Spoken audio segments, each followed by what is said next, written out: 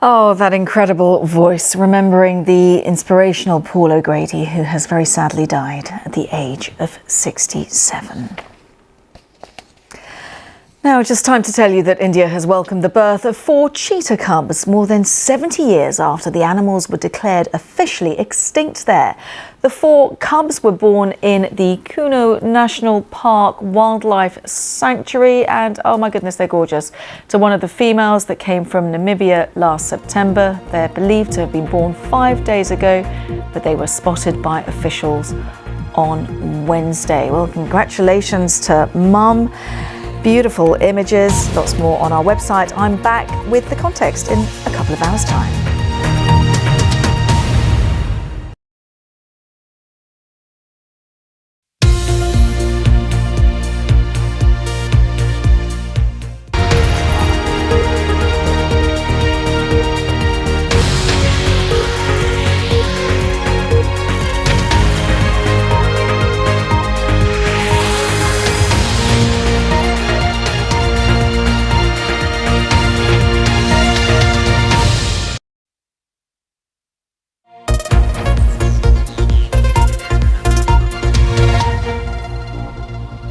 Hello, I'm Ros Atkins. Welcome to Outside Source. King Charles is in Germany. It's his first foreign visit as the UK's monarch. We'll bring you up to date on that. We're also going to talk about the Swiss government. It's been taken to court by climate activists. They say its policies violate their right to life and health. We'll also talk about artificial intelligence. Some of the biggest names in technology are calling for the development of advanced AI to be put on hold. The signatories include Tesla CEO Elon Musk and Apple co-founder Steve Wozniak.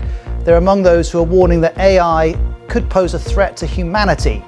Plus, we'll talk about Scotland's newly elected First Minister, who's appointed his cabinet, with 6 of the top jobs going to women.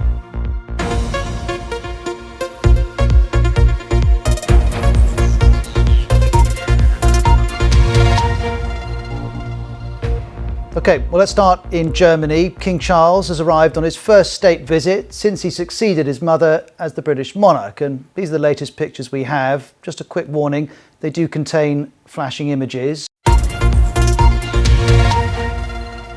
Well, we'll of course keep an eye on that state banquet in Berlin. But next we turn to Scotland, where Humza Yousaf has appointed his new cabinet after being formally sworn in as the First Minister at the Court of Session in Edinburgh. 6 of his top team of 10 are women, and he said he's sorry that his former opponent Kate Forbes won't be one of them after she declined his offer of a role. Here's more from the BBC Scotland editor, James Kirk. Now, a couple of minutes back, we were talking about King Charles's interest in climate change, and next on Outside Source, we're going to talk about a landmark case that also connects to climate change, because a group of more than 2,000 women have taken the Swiss government to the European Court of Human Rights. They're claiming that the Swiss government's policies violate their right to life and health. They're calling themselves the Club of Climate Seniors. They've got an average age of 73, and they want the court to order the Swiss government to do more to reduce greenhouse gas emissions. Now, first of all, here's Jenny Sandvig from the European Network of National Human Rights Institution addressing the court today. Now, next on Outside Source, let's talk about artificial intelligence, or AI as it's often referred to. This is technology that's able to do tasks that would normally need human intelligence.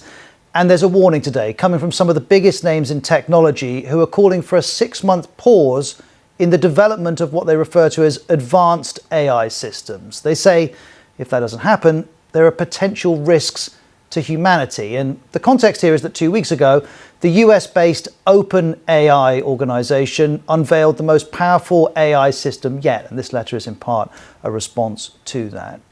Inconvenience, certainly one word. Jan, thank you very much indeed for speaking to us and explaining the open letter that you signed. That's Jan Tallon, the co-founder of the video calling service Skype and a signatory to that open letter. Remember, if you want further coverage of that open letter and if you'd like to learn more about AI as well, you can do that through the BBC News website, bbc.com/news. I'll also quickly mention, if you want the explainer videos that we make here on Outside Source, you can get all of them through my Twitter account at BBC Ros Atkins. I'll see you in a couple of minutes' time.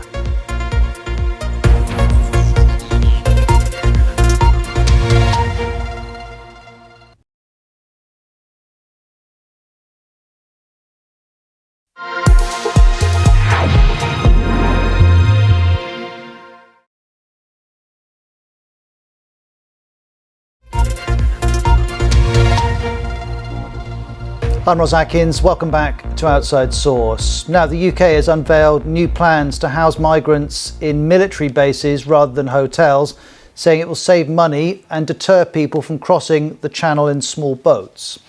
Benjamin Netanyahu's overhaul of Israel's judicial system is already on hold, but protests are continuing, and now relations between America and Israel have become part of the story. And Amsterdam has a message for young British men. Stay Away is the name of the campaign. The campaign's aimed at reducing nuisance tourism in Amsterdam. And Aardman Animation's Shaun the Sheep has embarked on a new mission to the moon and back, and he's doing it with the European Space Agency, apparently.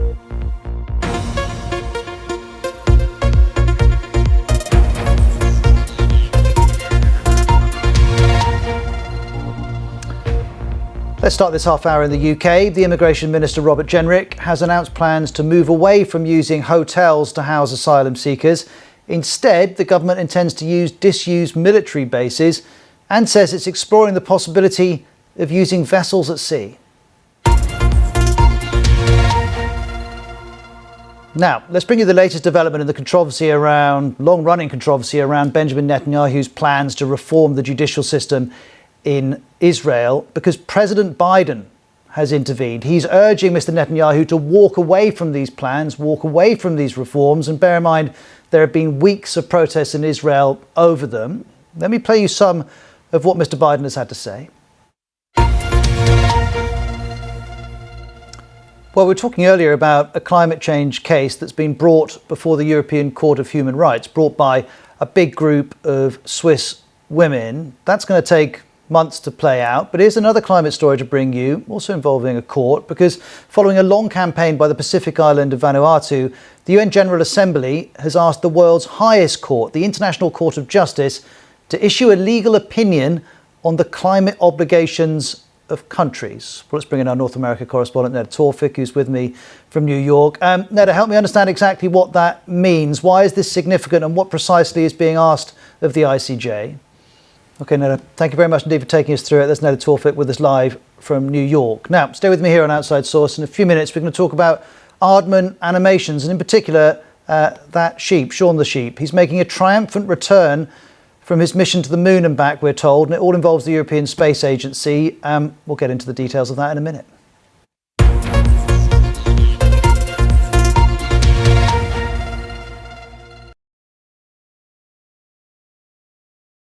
4:55 on the morning of February the 24th, I found myself at the heart of war. President Putin has announced what he calls a special military operation. From the moment I got off the plane, we were working 12-hour days, and that didn't really stop. There were the thuds of airstrikes. Police on megaphones were telling people to get to safety.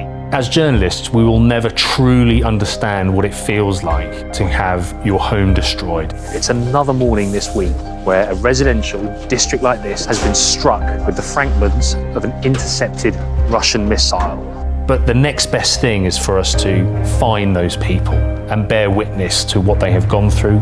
There are endless moments when this war feels pointless, and this is one of them. There are so many human tales of survival and recovery. An undeniable moment in this war. President Zelensky appearing in the heart of Kherson. The thing about this war which has surprised me the most has been the sheer resilience of people I have come across. Many predicted Russian troops would be wandering Kiev within days. Ukraine's defense has been both surprising and extraordinary, but it is still the underdog. Sadly, this war is still happening, and we will continue to tell the story of the conflict in Ukraine.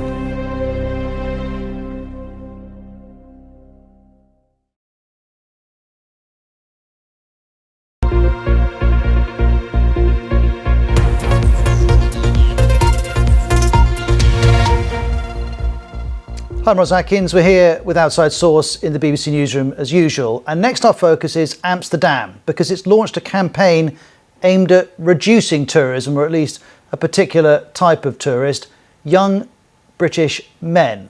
This is one of the new adverts. It's Amsterdam's Stay Away campaign. It's targeting 18 to 35-year-old men in the UK who are drawn to the city's legalised sex trade and cannabis market. The city says the campaign ultimately aims to deter nuisance tourism from many different countries. The BBC's Anna Holligan has more from Schiphol Airport. Now, it's not too often I bring you Shaun the Sheep news. Perhaps that's something we should be putting right. But I can certainly spend a couple of minutes with him now because he's had a journey to the moon and back aboard the Artemis 1 mission. This is the European Space Agency's work. And they're hoping that Shaun the Sheep will inspire a new generation to follow in his footsteps and get into space. Here's more from our science editor, Rebecca Morell. Now, just before we wrap up this hour of Outside Source, a quick reminder, you can get analysis from me and the Outside Source team on my Twitter account. Not about Shaun the Sheep, I'm afraid, but a few other matters in the news at least. At BBC Ros Atkins is where you can follow me. We post all of our explainer videos there. We also post them on the BBC News website and the BBC News YouTube channel. So there's a few different places that you can find them. That is it for this hour of the programme. Thank you very much indeed for watching. I'll see you in a couple of minutes' time. Bye-bye.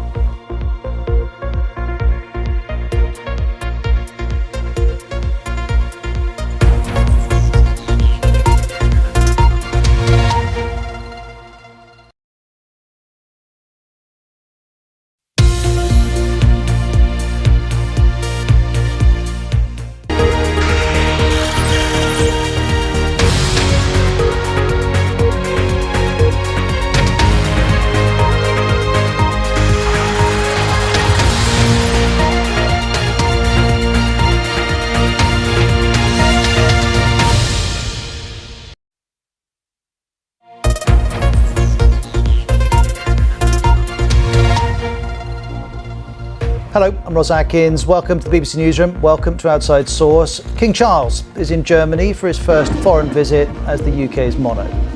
We'll also talk about the Swiss government being taken to court by climate activists who say its policies are violating their right to life and health. We'll also talk about AI. Some of the biggest names in technology are calling for the development of advanced artificial intelligence to be put on hold. The signatories include Elon Musk and Apple's co-founder Steve Wozniak. They're warning AI could pose a threat to humanity.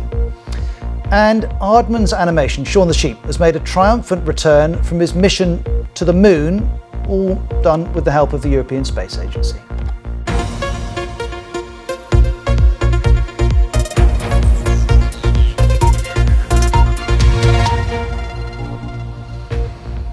Okay, let's start in Germany. King Charles has arrived on his first state visit since he succeeded his mother as the British monarch. These are some of the latest pictures we have, and I should mention these contain flashing images.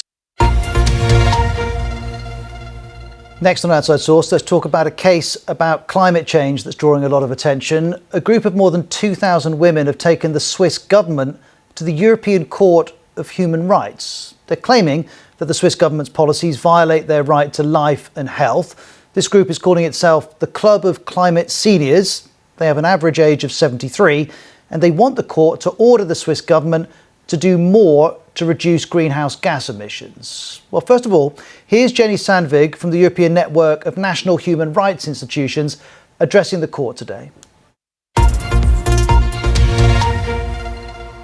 Next, I want to talk about AI, artificial intelligence, because some of the biggest names in technology are calling for a 6-month pause in the development of advanced artificial intelligence systems. These are systems that can do jobs and calculations and work that would normally be done by human intelligence. Well, there are risks, this open letter says, to humanity if we continue unchecked. And the context here is that 2 weeks ago, the US-based OpenAI organization unveiled the most powerful AI system we have ever seen. Before we go any further, let's just reiterate, AI is technology that allows tasks to be done that would normally be done by humans, and it does this by taking information from its surroundings, largely from the internet, and then deciding what response to offer based on what it's learning. Now, here in the UK, the issue of small boat crossings in the Channel and of asylum seekers remains politically potent, and the Immigration Minister, Robert Jenrick, has announced plans to move away from using hotels to house asylum seekers. Instead, the government says it intends to use disused military bases and is exploring the possibility of using vessels at sea. Next, we turn to Scotland, where Humza Yousaf has appointed his new cabinet after being formally sworn in as First Minister at the Court of Session in Edinburgh. 6 of his top team of 10 are women, and he says he's sorry that his former opponent for the leadership, Kate Forbes, won't be one of them. She declined his offer of a role. Here's more from the BBC Scotland editor, James Kirk. Next on Outside Source, let's turn to Mexico because outrage is growing there following a fire at a migrant centre that killed 38 people. Unverified footage appears to show the fire starting at a centre run by Mexico's National Migration Institute. And before we see these pictures, I should warn you, you may find them distressing. Well, let's get more on this story. Will Grant is live with us from Mexico City. And Will, you'll have heard that update from our colleagues at BBC Mundo, but what more can you tell us about what happened here?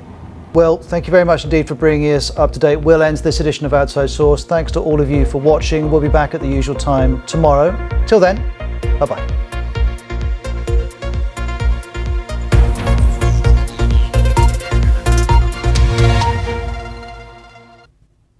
Hello.